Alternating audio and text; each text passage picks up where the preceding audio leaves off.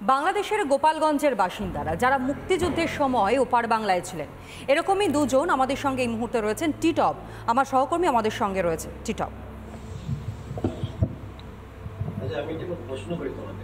দেখো, একদম একেবারে সরাসরি বাংলাদেশের যেই মুক্তিযুদ্ধ, তখন তারা চোখের সামনে দেখেছেন সমস্ত কিছু ছেড়ে তারপরে তাদেরকে চলে আসতে হয় পালিয়ে, কার্যত এপার বাংলা অর্থাৎ ভারতে এসে তাদেরকে থাকতে হয়।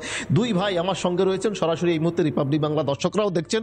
একটু সংক্ষেপে একটু কথা বলবো। আপনাদের তো জায়গা জমি সমস্ত কিছু ছিল, দেখেছেন তো? যুদ্ধ দেখেছি, সবকিছু ছেড়ে সামনে সামনে গুলি করতেছে, সামনে বাড়িঘর পড়াচ্ছে, সব কিছু আমরা দেখেছি। তখন আমি বড় 11-এ পড়ি। অত্যাচার কেমন চলতো? অত্যাচার লাইন দিয়ে, আমার দাদাকে লাইন দিয়ে গুলি করেছিল, কিন্তু ভাগ্যক্রমে বেঁচে গেল। এই হচ্ছে পাকিস্তানের মানে খান সেনাদের অত্যাচার ছিল আমাদের উপরে, খান সেনাদের অত্যাচার। আর হচ্ছে ওখানকার মুসলিম, এই ওরা জয়েন হয়ে আমাদের এই হিন্দুর উপরে সব মালায়াম মারো, মালায়ালম মারো, মালায়ালম মারো, আমাদের মালায়ালম বলছো। আপনার ভাইয়ের সাথে একটু সংক্ষেপে কথা বলবো। সেই দিনের অভিজ্ঞতা কি মনে পড়ে আজকে? হ্যাঁ, মনে পড়ে। কেমন মনে? সেই দিনকে যে অভিজ্ঞতা, শুধু আমরা একটাই জানতাম যে আমাদের বাঁচতে হবে, জীবনে বাঁচতে হবে, যার জন্য আমরা এই দেশে চলে আসি, পালিয়ে চলে আসি। এত জায়গা জমি সব দেখ। আমার মা একটা কথা বলছে, তোদের জীবন বড়, জমি বড় না, তোরা চল। আমার মা সাথে ছিল, মাই আমাকে নিয়ে চলে আসছে। মার কথা মানতাম, বাপের সম্পত্তি যা ছিল সব ওদের দিয়েছিলাম, তোরা খা।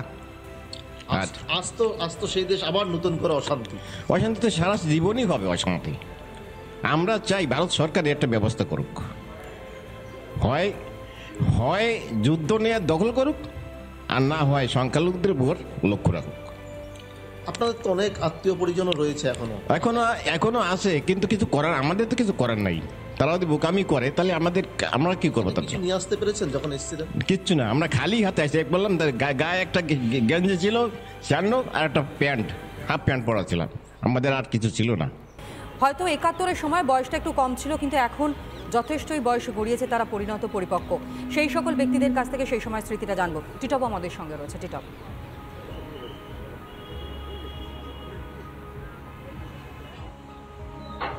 দেখো, একদম অর্থাৎ সেই দিনটা, আজকের দিনে দাঁড়িয়ে বাংলাদেশ বিজয় দিবস পালন করছেন বা বাংলাদেশ বিজয় দিবস উৎসব তারা সামিল হয়েছিলেন, কিন্তু আজকে সেই অশান্ত বাংলাদেশ, মন খারাপ হয়।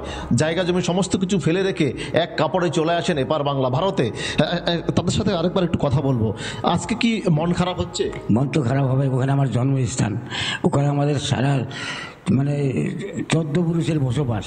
ওখান থেকে আমরা চলে আসাকে ইচ্ছা করে আসতে, যেখানে জমি জায়গা, বাড়ি ঘর, আত্মীয় স্বজন, সব পরিবার সব ওখানেই আমরা ছিলাম। জন্ম আমাদের ওখানে, আমাদের জন্মগত অধিকার ওখানে, কিন্তু ওখান থেকে আমাদের চলে আসতে হলো এক কাপড়ে। কেউ আসে, কেউ আসতে চায় না। চোখের জল ফেলতে ফেলতে আমরা রাস্তায় হাঁটছি আর কাঁদিছি যে এই দেশে চলে আসবো, কী খাবো, কী করে বাঁচবো, কী করে বড় হবো, কী করে ছেলে মেয়ে মানে মানুষ করব, এই চিন্তায় আমরা এই দেশে কাঁদতে কাঁদতে চলে আসছি। আর ওই জন্মভূমি, জমি জায়গা, ধান চাল যা ছিল সব ফেলে আমরা এই দেশে চলে আসি। আর আমাদের কোনো উপায় ছিল না। জীবনের নিরাপত্তার জন্যে, মান সম্মান ইজ্জত বাঁচাবার জন্য এই দেশে চলে আসি। একদম। সঙ্গে আরেকজন ভাই রয়েছে, তার সাথে কথা বলবো। আজকের দিনে দাঁড়িয়ে কি বলবেন? আপনার জন্মভিটে ফিরে আসলেন। একটা জিনিস হচ্ছে, মাতৃভূমিতে স্বর্গ সমান, কিন্তু সেটা যখন আমরা পরিত্যাগ করে চলে আসি, চোখের জল ফেলে চলে আসি, কিন্তু আজও সে মনের ভিতর সেই জায়গাটা আমাকে ক্ষত রয়ে গেছে যে কোথায় জন্ম ছিল আর কোথায় আমরা এখানে আসছি। কিন্তু কিছু করার তো আমাদের ছিল না, আর করারও নেই, যার জন্যে কষ্ট হলেও সেটা মনে মনে সেটা রেখে সামনের দিকে আমাকে এগিয়ে চলতে হয়।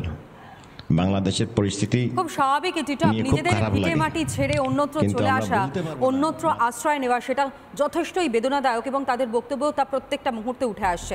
আপাতত তোমাদের প্রত্যেকেই ধন্যবাদ জানাবো, তবে প্রত্যেকটা সময় তোমাদের মধ্য দিয়েই ছবিগুলো দিনভর আমরা তুলে ধরবো রিপাবলিক নেটওয়ার্কে, যে কারণে আপনাদের নজর রাখতেই হবে। তবে এখন আজ মুক্তিযুদ্ধের বিজয় দিবস, এবং সেই বিজয় দিবসই আজ সাড়ম্বরে পালিত হচ্ছে আমাদের এই শহর কলকাতায়।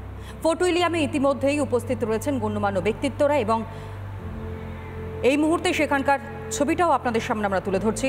প্রত্যেকটা মুহূর্তের ছবি তুলে ধরছে আমার সহকর্মী বিশাখাও। আজ মুক্তিযুদ্ধের বিজয় দিবস এবং ভারতীয় সেনার প্রবল পরাক্রমে গুঁড়িয়ে যায় পাক সেনা ঘাঁটি। ইস্টার্ন কমান্ডের সদর কার্যালয় ফোর্ট উইলিয়াম, যে ফোর্ট উইলিয়ামে উদযাপিত হচ্ছে এই বিশেষ দিনটি।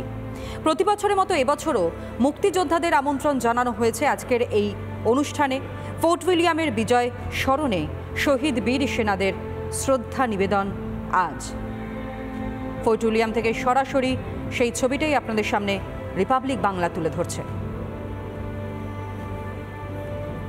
ঐতিহাসিক সেই দিন এবং সেই দিনের ইতিহাস ভোলার নয়, যে ইতিহাসকে সঙ্গে নিয়েই আজ আরও একটা বিজয় দিবস পালন করা হচ্ছে। ভারতীয় সেনার প্রবল পরাক্রম, গুঁড়িয়ে যেতে হয় পাক সেনাদের, মাথা নত করতে হয় ভারতীয় মুক্তিবাহিনীর কাছে। ভেন্দ্রিলা আমার সহকর্মী এই মুহূর্তে সরাসরি আমার সঙ্গে রয়েছে। ভেন্দ্রিলা,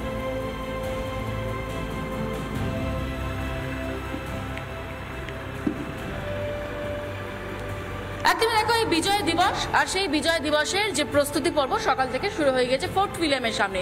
ঠিক সেই ফোর্ট উইলিয়ামের সামনের ছবিটা তোমাকে দেখাচ্ছি। একের পর এক আর্মিদের অফিসারদের গাড়ি ভিতরে প্রবেশ করছে। তবে যে high security zone Fort William, তাতেই মূলত বেশ কিছুভাবে সিকিউরিটি চেকিং করা হচ্ছে। এই মুহূর্তে আমি একবারে ইস্ট গেটের সামনে দাঁড়িয়ে রয়েছি। ইস্টার্ন কমান্ডের যে হেডকোয়ার্টার ফোর্ট উইলিয়াম, সেখানে এই মুহূর্তে সকাল থেকে প্রচণ্ড ব্যস্ততা। তার কারণ আজকে সারাদিন ব্যাপী অনুষ্ঠান বা আয়োজনের এখানে কর্মসূচি রয়েছে। সেখানে আসার কথা রয়েছে রাজ্যপাল সিবি আনন্দ বোস, আর কিছুক্ষণের মধ্যে তিনি আসবেন এবং এই পুরো প্রোগ্রামটায় থাকবেন বলে জানা যাচ্ছে।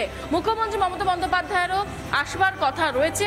এবং এই মুহূর্তে যে ছবিটা তোমাকে সেটাই দেখাই, সোজা গেট, এই সোজা দিয়ে ঢুকলেই ডান হাতেই পড়বে সেই অমর জ্যোতি, যেখানে কিনা এই মুহূর্তে পুরো প্রোগ্রাম সাজানো হয়েছে। আমি তোমাকে সেই ছবিটা দেখাই, যতদূর বাইরে থেকে দেখানো সম্ভব হচ্ছে। মোহিত আমার ভিডিও জার্নালিস্ট দেখাচ্ছে।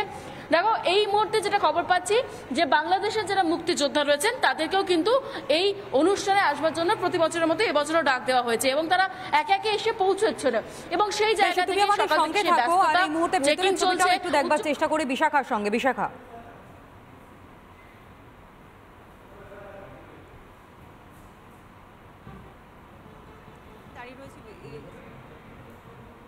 এবং সেখানে আর কিছুক্ষণের মধ্যেই যারা বাংলাদেশের মুক্তিযোদ্ধা তাদের ডেলিগেশন এই দরজা দিয়ে এই গেট দিয়ে চলে আসবেন এবং সেখান থেকেই তারা এসে ঠিক ওই সোজা যে জায়গাটা দেখতে পাচ্ছ এনক্লোজার করা রয়েছে ওখানটায় তারা বসবেন। কিন্তু যেটা খুব দুঃখের বিষয় যে এবারে এতটা পরিস্থিতি যে জায়গাটায় চলে গিয়েছে বাংলাদেশে, সেই জায়গা থেকে এবারে মুক্তিযোদ্ধার সংখ্যাও অত্যন্ত কম। যেটা আমরা বারবার বলছি, মাত্র 9 জন মুক্তিযোদ্ধা এবার আসছেন এবং সব মিলিয়ে সেখানকার আধিকারিক, ভারতীয় এম্বাসির আধিকারিক এবং সেই সঙ্গে তাদের পরিবারের লোকজন, সব মিলিয়ে হয়তো মেরে কেটে সংখ্যাটা 17 হতে পারে, কিন্তু মুক্তিযোদ্ধার সংখ্যাটা 9। এত কম সংখ্যক মুক্তিযোদ্ধা কোনো বছর আসেন না, এবছর আসছেন। কারণ তাদের এই মুহূর্তে দাঁড়িয়ে সুরক্ষাটাই তাদের কাছে একটা বড় বিষয় এবং তারা নিজেদের পরিচয় পর্যন্ত দিতে চাইছেন না। সেই জায়গা থেকে তারা এতটাই কোথাও গিয়ে নিজের দেশে আশ্রয়হীন, সুরক্ষাহীন, তাদের গণতান্ত্রিক অধিকার নেই। আমরা যেটা বারবার দেখিয়ে আসি আমাদের চ্যানেলে রিপাবলিক বাংলায়, সেই ছবিটাই আমরা এখানে দাঁড়িয়ে দেখতে পাচ্ছি, যেখানে বিজয় দিবসের এই গাথা, এই বিজয় গাথা, সেটাকে আমরা উদযাপন করছি। প্রত্যেকের ঘরে ঘরে আমরা ট্রাইকালার বা যেটাকে আমরা তিরঙ্গা বলি, আমাদের জাতীয় পতাকা, সেই জাতীয় পতাকার কেউ বুকে লাগিয়ে, কেউ সেরকম জামা কাপড় পরে আমরা আনন্দ করি। সেই জায়গায় দাঁড়িয়ে এই দিনটিকে নিয়ে কোথাও লজ্জিত সম্ভবত ইউনূস প্রশাসন। সেই কারণে মুক্তিযোদ্ধারাও আজকের দিন দাঁড়িয়ে তারা তাদের বিজয় গাথা, তাদের বিজয় যে দিবস, সেটাকে পর্যন্ত উদযাপনের জায়গায় নেই, শ্রদ্ধা জানানোর জায়গায় নেই সেই মুক্তিযোদ্ধাদের যাদের বলিদানে আজ বাংলাদেশ হয়ে উঠতে পেরেছে। তনয়া, একদমই নজর রাখো। নানা ধরনের কন্টেন্ট দেখার জন্য লাইক করুন, শেয়ার করুন আমাদের ফেসবুক পেজ, সাবস্ক্রাইব করুন আমাদের ইউটিউব চ্যানেল। পাশাপাশি অন্যান্য ব্রেকিং নিউজের জন্য অবশ্যই চোখ রাখুন রিপাবলিক বাংলায়।